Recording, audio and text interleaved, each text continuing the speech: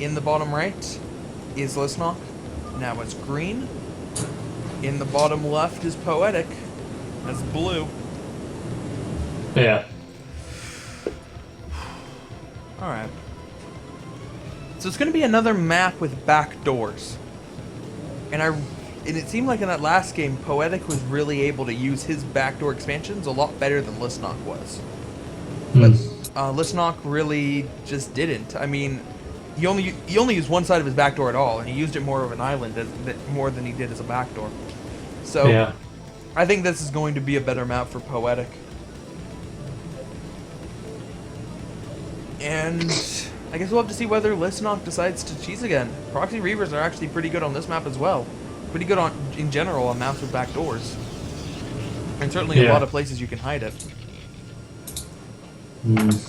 I do like I like unusual strategies on this. Specifically, I like Reavers on this map just because of the possibility of that early third base from Terran. So I think Lisyonok might choose to go for the Reaver strategies again. I think it can really work out nicely for him. And Poetic often had a little bit of trouble against Reavers, so maybe that would be a good option. Yeah, I guess we'll see. But no crazy cheese super early on in the game right now, as expected. Lisyonok's going to get the scout off. Is he going to go in the right direction? He is. Okay, cool. So he's going to get the scout off nice and early on Poetic. Poetic actually walling in very, very sensibly. Always good to do on these non-round maps because you're always a little bit vulnerable otherwise, kind of 10-15 getting any kind of messing around of that kind. But not going to be in any particular danger. Making himself nice and safe and cozy behind his little Terran wall in. And the pro's going to be able to see that in just a second. But yeah, I'd really fancy Reavers on this map just because even if you don't get in and do a lot of damage right away, you can really delay the third base to the point where it becomes very, very tricky for Terran. It's not even a complete wall in. Poetic, what are you doing? Why is it not a wall in? And why did the probe not run through? So many questions, so few answers.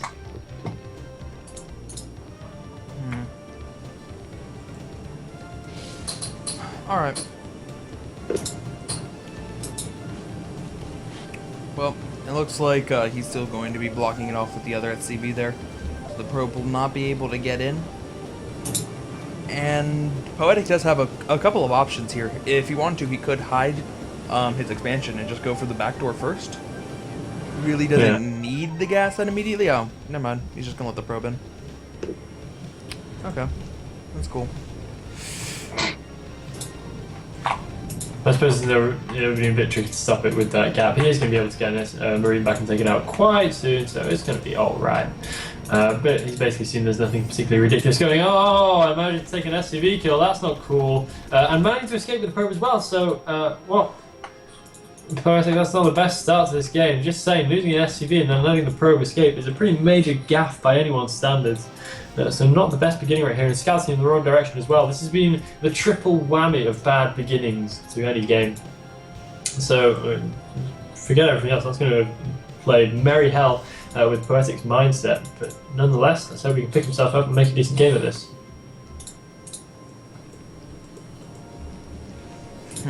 Okay. So, Poetic will be going for Factory before Command Center once again. And don't see any kind of cheese from Lisyonok. It looks like he's going to be playing this game more standardly. The first Dragoon for Lisyonok is moving out. This time moving out a little bit faster. In the other game he went standard, he waited until 3 Dragoons. But this time just going straight out with the first one. There are 2 Marines to defend, but 1 Dragoon should be able to beat just the 2 of them. Blue player is pulling back Poetic because he doesn't want to lose 2-1, and Lisyonok just because he thinks that a 3rd reinforcement Marine was pretty soon to come, which indeed it was. Where's the next Dragoon? There we go. The next Dragoon on the way, coming to help out Lisyonok's forces here. And I don't know if he's gonna be able to do anything here. There's not a bunker, so he's got a chance to make a little something happen. Yeah, maybe. In much the same way he did in Game 1, I expect. just using the pressure to his advantage a little bit. I think 5 Marines should be able to deal with these Dragoons quite easily, especially before they have range rage will now kick in, so the Dragoons might be able to do a decent bit of micro. But again, the 5 Marines should be able to scare them off fairly well, and with the tank mounts backup as well, I wouldn't have imagined it was too much danger coming in from the Protoss player. He's still going to try and do a little bit of pressure, manage to take out 1 or 2 Marines for his trouble. Looks like he might get the 2nd Marine as well, but probably not wanting to take too many hits on his Dragoons. A lot of damage Marines right there now, though, so he could be able to do a decent bit of damage with the Vulture out as well. Poetic looks ready to get out there and get those mines laid down and make his expansion nice and safe. Lisyonok also going for the relatively early expansion, so this is going to work out quite evenly into the mid game. Okay.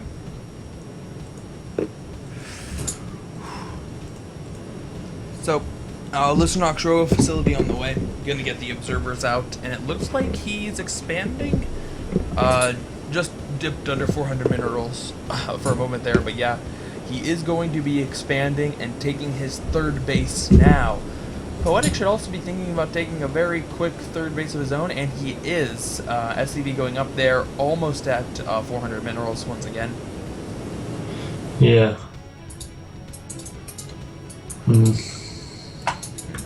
Alright. Ooh, looks like we're going to have a little bit of Arbiter action. I think he's going to be going for the, maybe for the Templar drop, preceding it, because he's got the Robo quite early. Well, not really early, but early relative to the build. No, he's just going for the straight observatory, okay, but it is going to be a fast Arbiter build from Lisyonok, which is a little bit unusual on this map. I wonder if he's going to go for the super early recall and try and take care of what he no doubt imagines is a super fast 3rd, which Poetic might in fact be doing as SCV position there, and that might be quite a good way of dealing with it. It's quite a heavy bank though, kind of just going for that, thinking Terran is definitely going to make an early 3rd, so I'm definitely going to go for this and it will definitely work, but it may actually pay off for him. Looks like Poetic is making ready to throw down a CC at that 3rd base position. Only 200 minerals, I guess we'll see.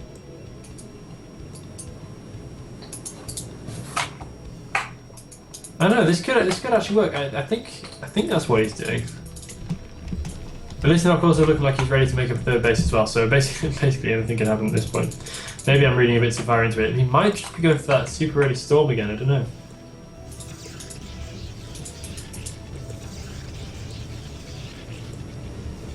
Okay. So, excuse me. Stargate. Yeah, the Stargate is down for Lisyonok. He is going to be getting the fast arbiters. No storm being researched. And on the game of Sniper Rage, he also did go for a little bit of fast arbiters. Not quite this fast. He had just gotten down his 3rd base before he started getting the arbiter tech, where that probe, I thought it was going to go there and immediately throw down the Nexus, but no, it's just been sitting there. So Lisyonok is going for the old school 2-base arbiter. I've never been a huge fan of 2-base arbiter, but it certainly has been known to work, especially if your opponent is not expecting it, which Poetic very may well not be, as he only has 1 factory done. Well, you see that Poetic is about to throw down a couple more factories, but I don't think this is really going to make Lisyonok pay, because the Arbiter build is really a little bit more weak towards the mid game, whereas Lisyonok's going to be able to kind of push himself just into the later stages. He's going to have a 3rd base coming up roughly at the right time to defend any kind of push that Poetic's going to be able to send out of those extra factories. So I think he should be alright, but bear in mind that Poetic does have that nice early 3rd base up, so unless Lisyonok does some damage, Poetic should be in a decent enough position going into the rest of the game. Yeah, and Lisyonok really has to make this work. He is going for recall first, so he is really banking on that fast 3rd base. So if he can take that out, then we could be looking at quite a serious competition.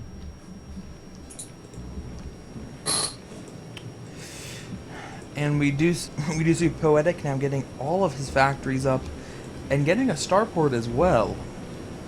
So starport's well, he might have scanned. He might have scanned to see the Arbiter Tribunal, though normally would be a little bit fast. And indeed, it is Lisyonok getting recall. Yeah. So. I mean, there's only one reason why he would be getting that, and that is because the map allows for a super fast 3rd, and he was just definite that the Terran would do that. And I think that's a decent call, but if he'd have been scouted, I don't know how he would have been scouted, but if he'd have been scouted, then that would have been pretty serious trouble. But the same could be said for many builds. It's a bit of a redundant statement, but nonetheless, I think this build was a little bit of a risk. It's not that versatile. And if he'd have found himself this drastically behind in expansion timings and Poetic was more prepared, or if he'd been going for a big mid-game push, I think Lisyonok would have fallen short.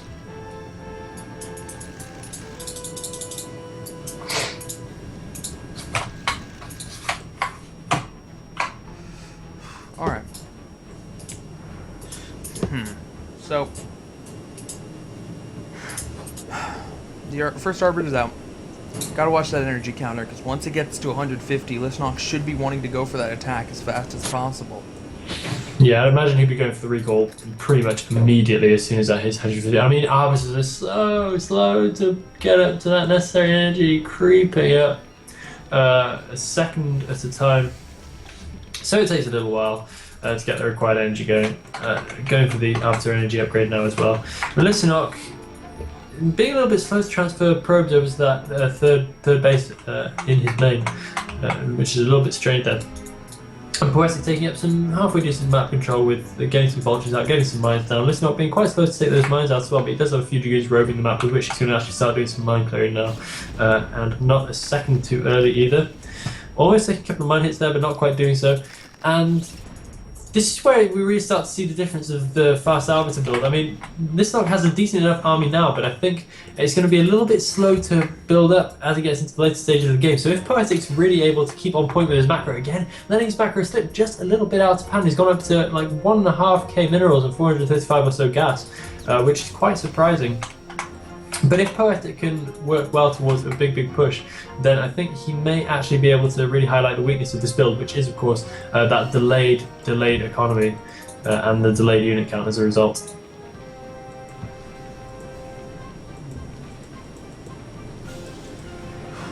Alright. Fabian Sue, ASL should be called Fox Team in House 20.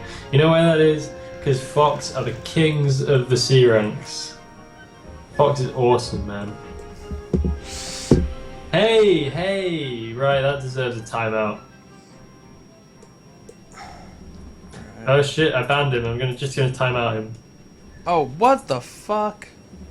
What? Lisyonok's making a scout. What? Oh, I guess it's to deal with this dropship, which is just kind of dodging around on the edge of the natural expansion. Why? I don't know. Why are you... It's... Alright, let's see the scout recall! This is just to deal with that. If you don't have the recall in the scout, I'm gonna be... Or you don't have the scout in the recall, I'm gonna be disappointed.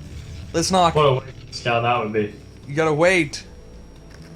Scouts are actually really good. I played some crazy melee games where I made scouts just go for mass scouts. They're so damn good. I love scouts. We're going to have the recall coming in. Will he recall on top of the mines? Lisyonok could lose so many units if he recalls on the mines. No, he doesn't. He decides just to run the Arbiter around for a little bit and let it die. So that's really a pretty major problem right now for Lisyonok, because of course this entire build was geared towards that one kind of pivotal moment, and losing that Arbiter is a major blow. He's now got another Arbiter which is on 120 energy, so still a little bit of time before that's going to build up to the full complement necessary for a recall, and that is quite bad times. Poetic may be able to capitalize on this. He's letting his minerals get quite high though again, which is very surprising because he hasn't got much else to do. Getting supply cap to 126. Lisyonok still staying quite well ahead in terms of the supply count, but I don't know how much longer that can last. Again, quite happy just to stay on 3 bases for a very long time.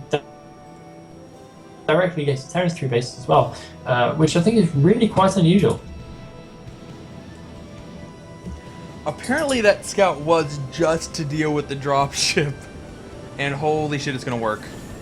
Holy shit. Really? Really? There's actually... Scouts are good, man. Fuck. Scouts are good.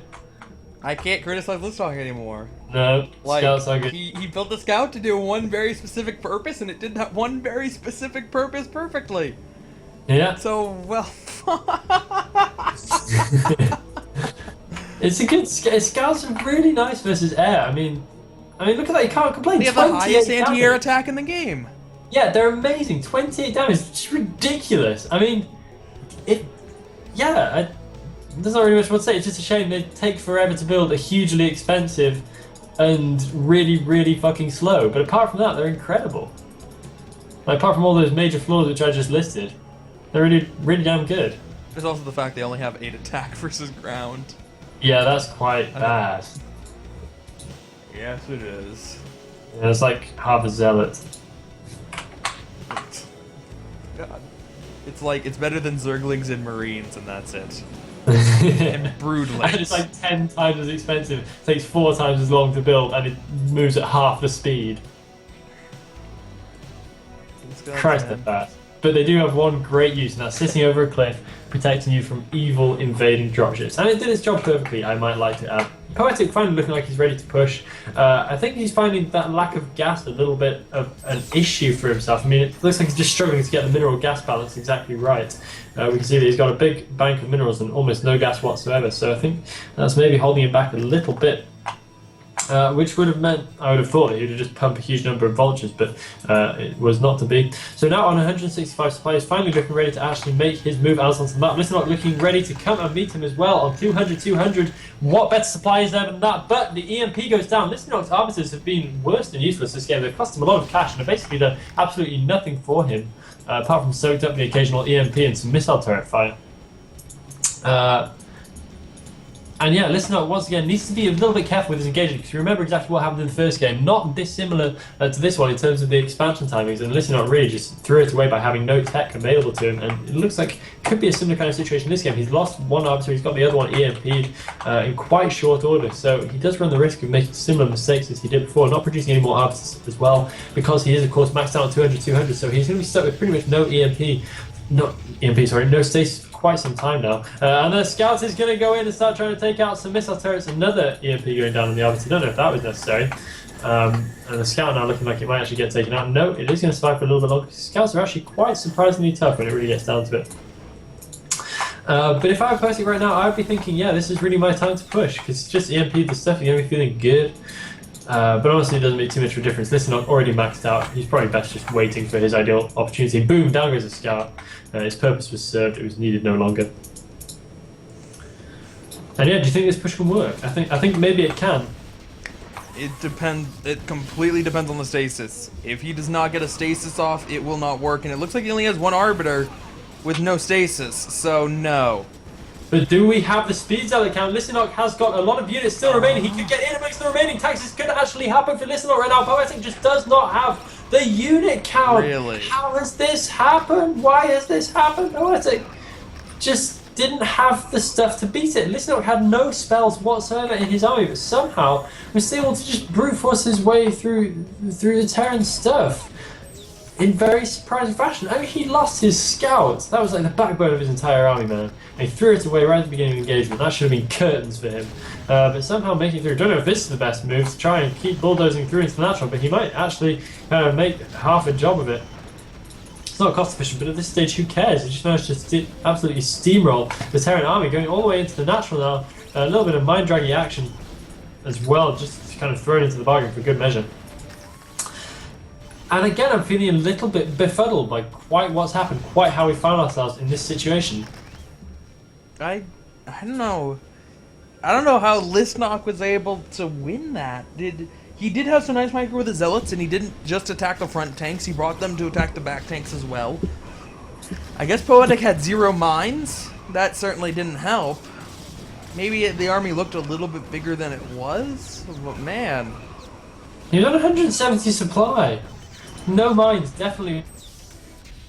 It was a little bit of a defining factor. He should have been laying down mines in front of himself to make that push really happen. But nonetheless, he should have had the power. The timings were definitely on his side, because Lisyonok's build, no matter which way you slice it, didn't work out like he wanted. It just didn't. His plan went wrong, and yet Poetic was just somehow not able to capitalise, and he's definitely going to be paying for it right here. Units pushing all the way into his main is a bad sign by anyone's standards, and I expect Poetic to probably GG out quite soon. And I'm really bad at this. Is there going to be another game after this one? There will be. This is a best of 5. Okay, alright, cool. So it's all hope is not lost. But I think Poetic will be a little bit cross with the way he's lost this. And I think this really emphasises quite why he hates playing TVP. He just, on some level, doesn't quite seem to make it work for himself. I don't know, it's a little bit strange. Well, Dragoons are now joining the Zealots that had already gotten into the main. And it's just so much damage has been done already, with the command center not being killed but forced to lift off, most of the SCVs being killed. So many units have just been lost for Poetic. It's going to take him a long time to get back up to that army level that he used to have. Oh, it's over. No doubt it's over. I mean, 72 supply right now for 160, it's not even a contest anymore. Lisyonok is pretty much just rallying units in at Poetic. I don't really know why Poetic's still here. I know personally that he doesn't usually like to do this, so I'm not quite sure why this is happening. He usually just chooses to save his energy for the next game. But I hope it hasn't affected his mindset too much, and I hope he can still go into the next match and show us his strength. But anyway, Lisyonok is just going to keep bulldozing his way in here. He doesn't care about being cost efficient. He doesn't give a crap. He just wants to get in there and finish this off, and as well he might as well. So yeah, Poetic hanging on, but it is a fruitless endeavour at this point. There's not too much he can do. And Lisyonok is going to go 2-1 in this series, which is going to put Poetic on an absolute knife edge. And he's going to have to pull out something special in the next couple of games. Yep. As you said, just constantly more and more units streaming in from Lisyonok. Poetic, his supply was staying pretty staying pretty stable at 67. But yeah, just a matter of time before he eventually leaves the game. Cause there's just nothing he can do. He's mined out at his main, so he's only mining off of one mineral only. Where Lisyonok is mining off of 3 bases. Yeah, 3 bases, one of them's almost depleted. And now the factories are starting to go down. Already 2 of them, I think. I don't know if that one was a machine shop or a factory, but 2 factories have been lost. A huge wave of Zealots coming in now, and I think that this final wave is going to be it. Indeed it is. GG from Poetic. Yeah, that is it. Lisyonok up 2-1.